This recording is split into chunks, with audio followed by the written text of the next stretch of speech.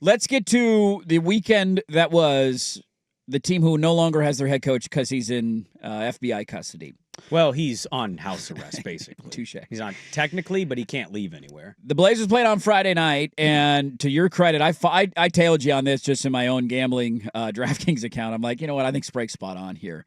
And not the only thing I was right on this weekend. They came out. I mean, it wasn't a great first quarter. Second quarter happens, and you're like, here we go. They ran Golden State out of the gym largely for most of that game. Golden State was playing on a second of a back-to-back. Curry was outstanding. Yeah, he was great in that game. He was phenomenal, but it wasn't enough, and Portland couldn't miss, and they had Avdia was incredible, had a great game, and so you leave that one saying, all right, that's incredible. Nice to get your first win of the year. Check the box. Weird emotional night. Tiago Splitter's talking about it. I think Denny Avdia was the only player that they made available to the media before the game, and he did a really good job kind of highlighting that. Yeah, we have Splitter audio if you want Yeah, let's fire it off. What do we got from Tiago Splitter?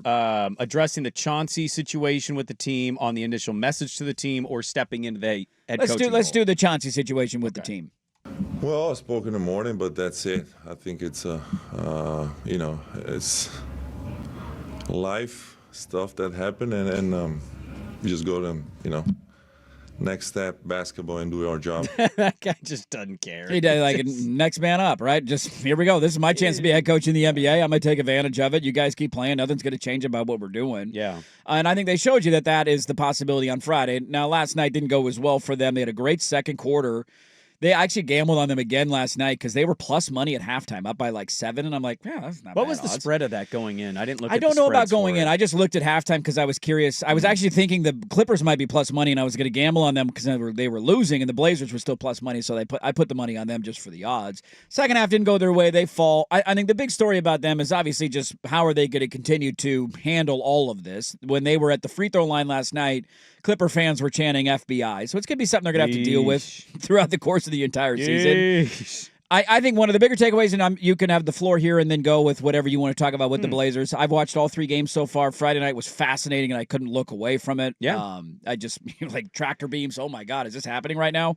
Probably the biggest storyline is Shaden Sharp early on in the year, a guy who got the contract before the year began, a guy who everybody's hoping can have that big pop here, a guy that we talked about ad nauseum in the preseason about how good he was and how he was turning heads. And struggling. He's struggling, and the field goal percentage has not been great. He's shooting 29% from the floor. His 3-points His even worse. 3-point percentage is at 20%. Now, we've played 3 games. I know. There are 79 more of these to go. There is a long ways, but when that's your sample size, you react to your sample size, and that's probably a big takeaway for people right now. Right now, their win expectancy on cleaning glass through 82, and again, to your point, like, it feels weird, I think, giving grandiose takeaways 3 games into a season, right? Also, your head coach was arrested by the FBI after the first game. That's a bit of a weird situation. Oh, and now you got a doubleheader in L.A. with the Lakers tonight. Right now, they're at 44.9. Okay. So, like, that is not over that's not only the over, That's that is significantly over. It's significantly. Now, look, it's kind of lined up, I would say, 3 games in with kind of where everybody, whether you're a diehard who follows it year-round every day or somebody who only watches the regular season or even a casual, kind of said, defense going to be good. Yep. It's top 10 right now per 100 possessions on cleaning the glass. Offense, Now, I thought an interesting stat Habistro had on the broadcast last night, and this, I think, has been changed now because of how the rest of the game played out. But he had a moment in the broadcast where he highlighted their small ball lineup.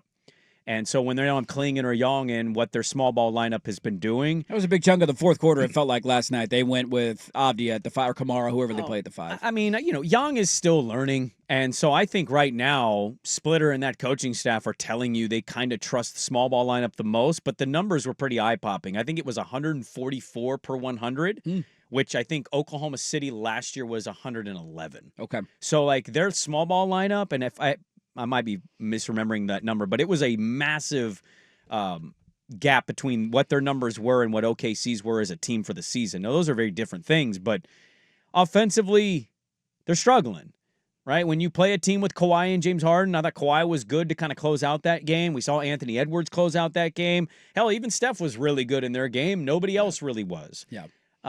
They're kind of doing exactly what we all thought. You do need Shaden to not shoot 20% from 3. That's been a big problem. I don't care about the lineup stuff. I wanted him to start. I really haven't seen anything personally that makes me want to change it. I think the way Jeremy's playing right now, Yeah, why would you rock the boat? let him cook off the bench and be a six man who can come on and get. What did he finish with last night? 14. I think somewhere in that 16, range. He was really good both on Friday as Golden well, State, and then last night. He's quite, had quite as much. a great start to his season. Yeah. I like what I'm seeing, and I still think they can be better. Swag said it. I mean, they've got a couple games. They can shoot the three ball a little more competently.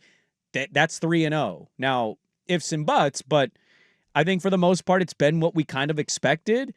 They're just going to have to rely on small ball a lot more than maybe we thought, because it appears that Young is not really ready yet, and Klingon is still not really playing close to 30 minutes, I don't think. I think teams, and it'll be interesting to see, they get a couple weeks in, and now NBA teams will have film on how the Blazers are looking to operate. And so the Clippers in the second half, what killed them was the Harden Zubac middle high screen. Yeah, he's averaging 25, by the way, 25.3 for the Klinger. Yeah, through 3 games. And so that killed him. And then once the Clippers stuck with that throughout the second half, that broke the Blazer defense down in the half court.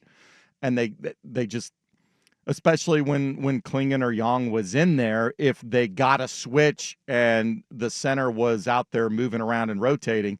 But then when they went back to the small lineup, they had an adjustment to it where Zubac then would go down. They just post up, and then the Blazers were hooked. You can't do anything there. So it'll be interesting to see a few weeks in, after there's enough tape on how the Blazers are operating this, how they want to operate, what the adjustments will be to see how teams come back at them. But when they can get pressure on the ball, that second quarter, and Blake Wesley out there picking up 94 feet, creating steals. I think and they had mayhem. 3 or 4 players last night with 2 or more steals. Did they Yeah. not? So when they were creating chaos and mayhem and getting out as much easy offense, transition offense as they can get, is going to determine their ability to pick up wins, especially against better teams. They can get stagnant offensively at times in the half court. If they have to play out of the half court, their 80% half court is of terrible. the time, It's go, and I think that's an exciting thing, even if it hasn't resulted in high end offense yet.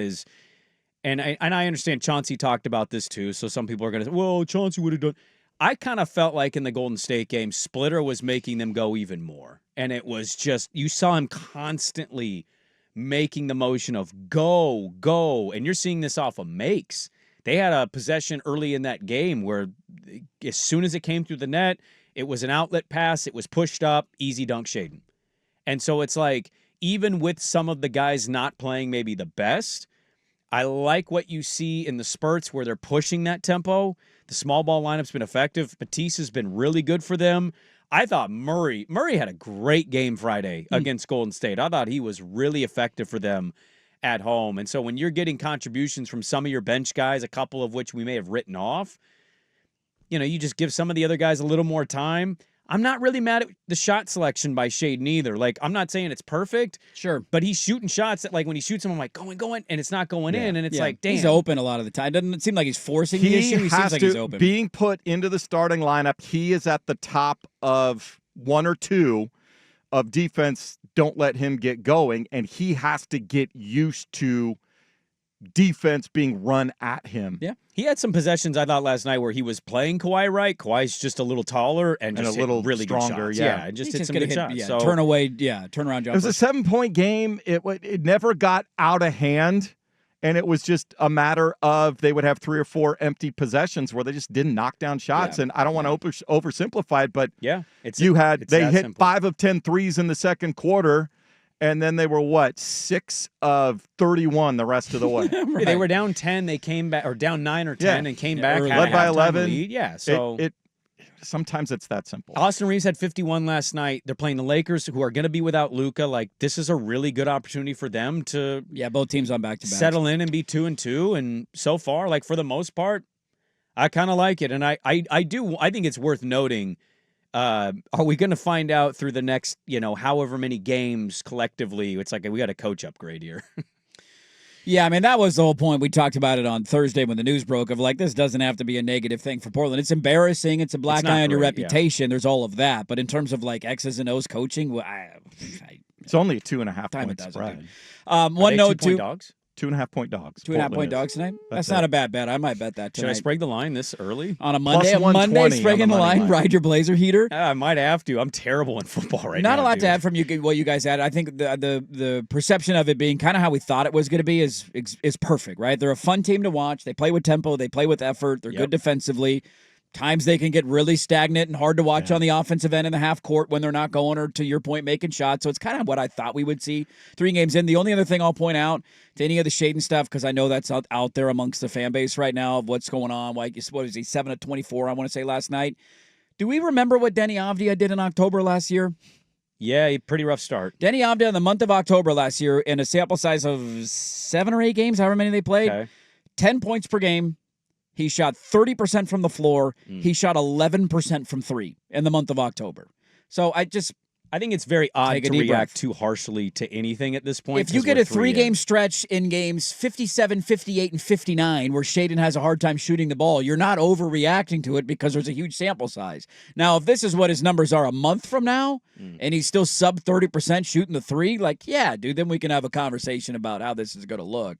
But you played 3 games, give him time. He's due for a breakout game. At some point, to Swag's point, I think he's just adjusting to a new role in the offense and a new sense of responsibility. He's a young guy that's learning and evolving in real time, and I'm glad that he's getting minutes to try and do it. He's and involved glad in a he's lot of their best point differential lineups too. And Yes. look, the possessions are so limited at this point, but it's like, Yes.